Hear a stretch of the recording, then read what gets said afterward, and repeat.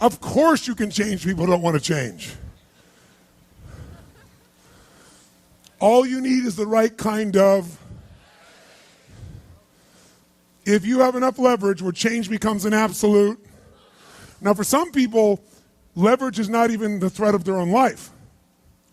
Some people would rather die than have you tell them what to do. Tony Robbins is not just a motivational speaker. He is a figure who has spent decades studying one central question.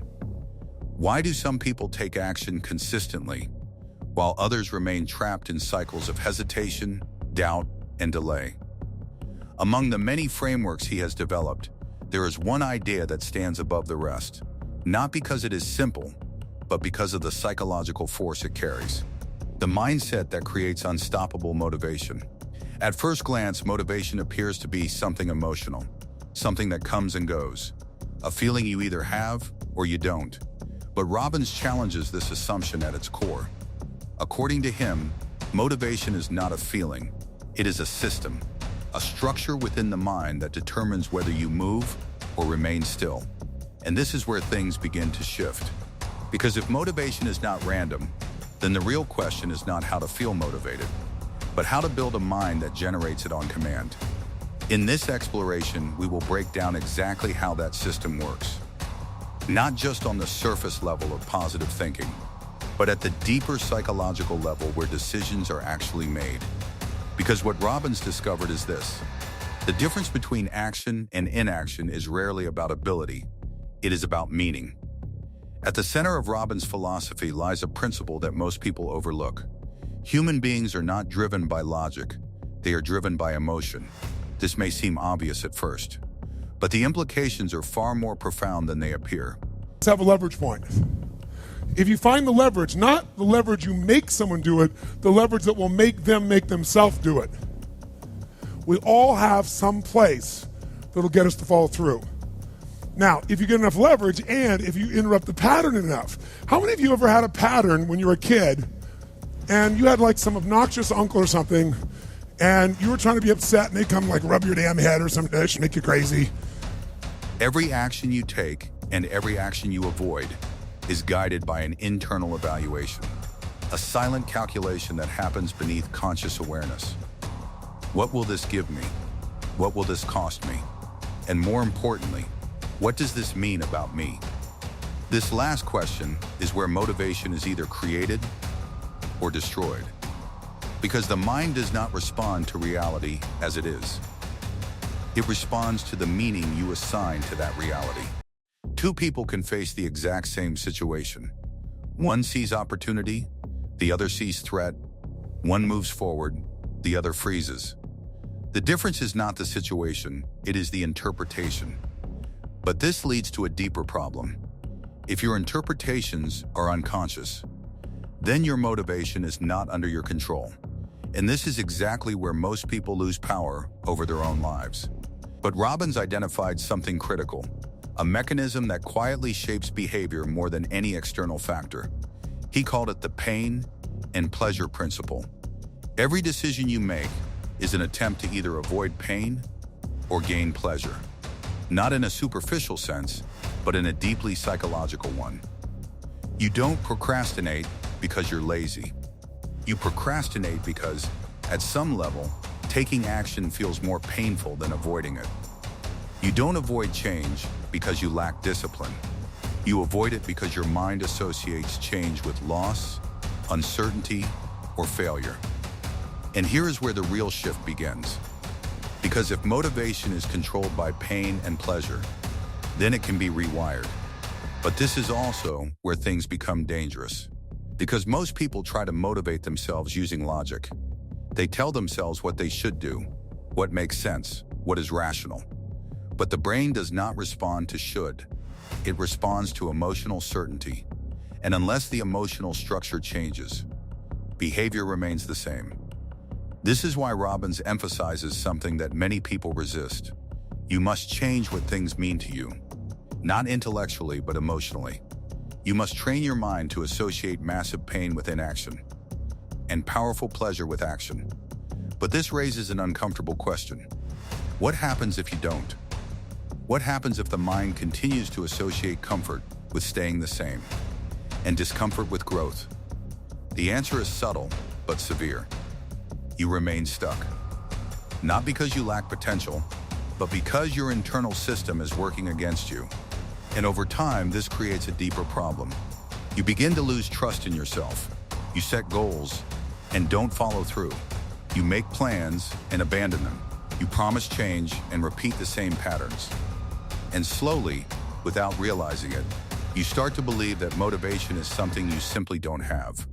But this belief is not the cause. It is the result. Robbins approaches this from another angle.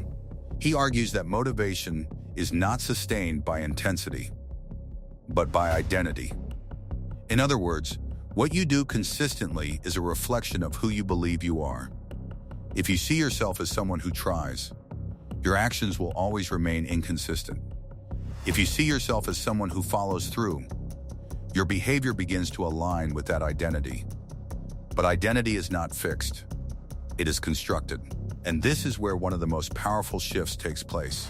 Instead of asking, how do I stay motivated? You begin to ask, who must I become for this to be natural? Because when identity changes, motivation is no longer required in the same way. Action becomes automatic. But there is a hidden risk here. If identity is built unconsciously, it can just as easily limit you. You may not even realize it. But you could be holding on to an identity that resists growth. I'm not disciplined. I'm not confident. I've always been this way. These are not observations. They are decisions. And once accepted, they begin to shape reality. But Robbins doesn't stop at identity.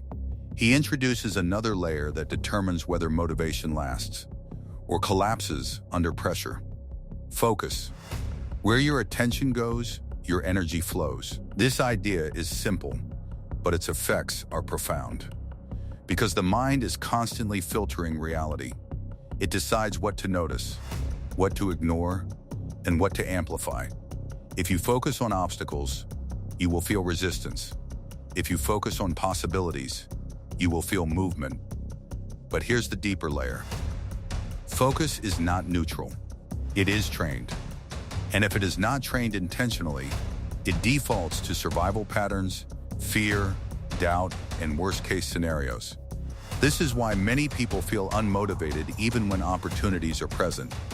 Their attention is locked on to what could go wrong. And as a result, their emotional state follows. But if focus can be trained, then motivation can be influenced at will. Imagine this, you have a goal. Your mind immediately shows you 10 reasons why it won't work. You feel stuck, unmotivated. But what if you forced your attention on one possibility instead? Your emotional state shifts. Action becomes possible. That's focus mastery. Now this brings us to a critical turning point. Because even if you understand pain and pleasure, even if you reshape identity, even if you control focus, there is still one factor that determines whether all of this holds or falls apart. State. Robbins places enormous emphasis on what he calls your state of being, your emotional, physical, and mental condition in any given moment, because your state determines your decisions. When you are in a low state, tired, overwhelmed, uncertain, even simple actions feel difficult. When you are in a high state, energized, focused, confident, you move with clarity and speed. But here's what most people don't realize. State is not random. It can be changed immediately through movement, through breathing, through physiology. The body influences the mind more than the mind influences the body. And this creates an advantage because even when your thoughts are negative, you can shift your state physically and change your emotional response. But if state is ignored, everything else weakens. You may know what to do, but you won't do it. At this point, a pattern begins to emerge. Motivation is not one thing. It is a combination of systems, meaning pain and pleasure, identity, focus, state, each one influencing the other. And if even one is misaligned, the entire structure becomes unstable.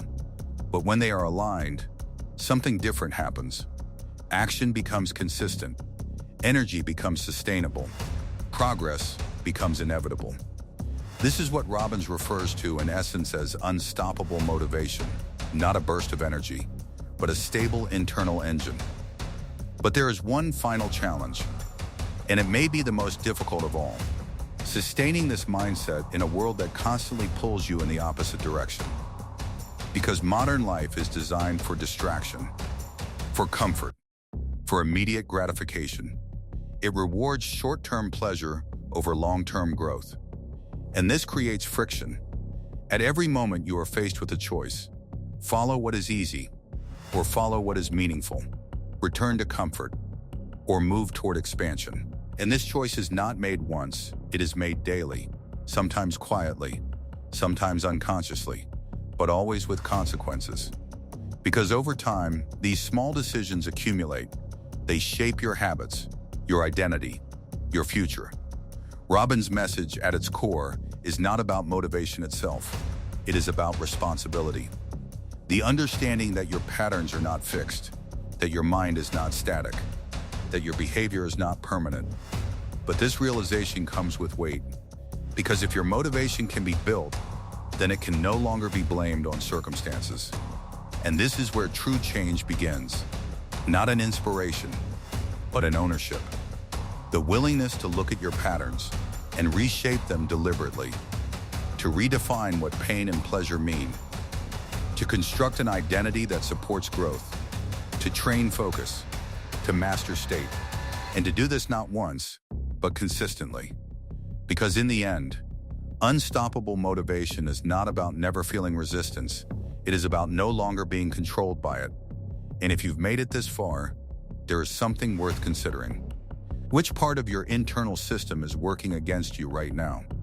Is it the meaning you assign to effort? The identity you've accepted without question? The focus that keeps returning to doubt? Or the state that drains your energy before you even begin? Understanding this may be the first step, but applying it is where everything changes. If this perspective resonated with you, share your thoughts below. Which idea stood out the most? And more importantly, what will you do differently after this? Which of the 5 systems is working against you right now? Comment, meaning, identity, focus, or state? And if you want to go deeper into how the mind shapes behavior and reality, watch the next video. It may reveal the missing piece you haven't seen yet.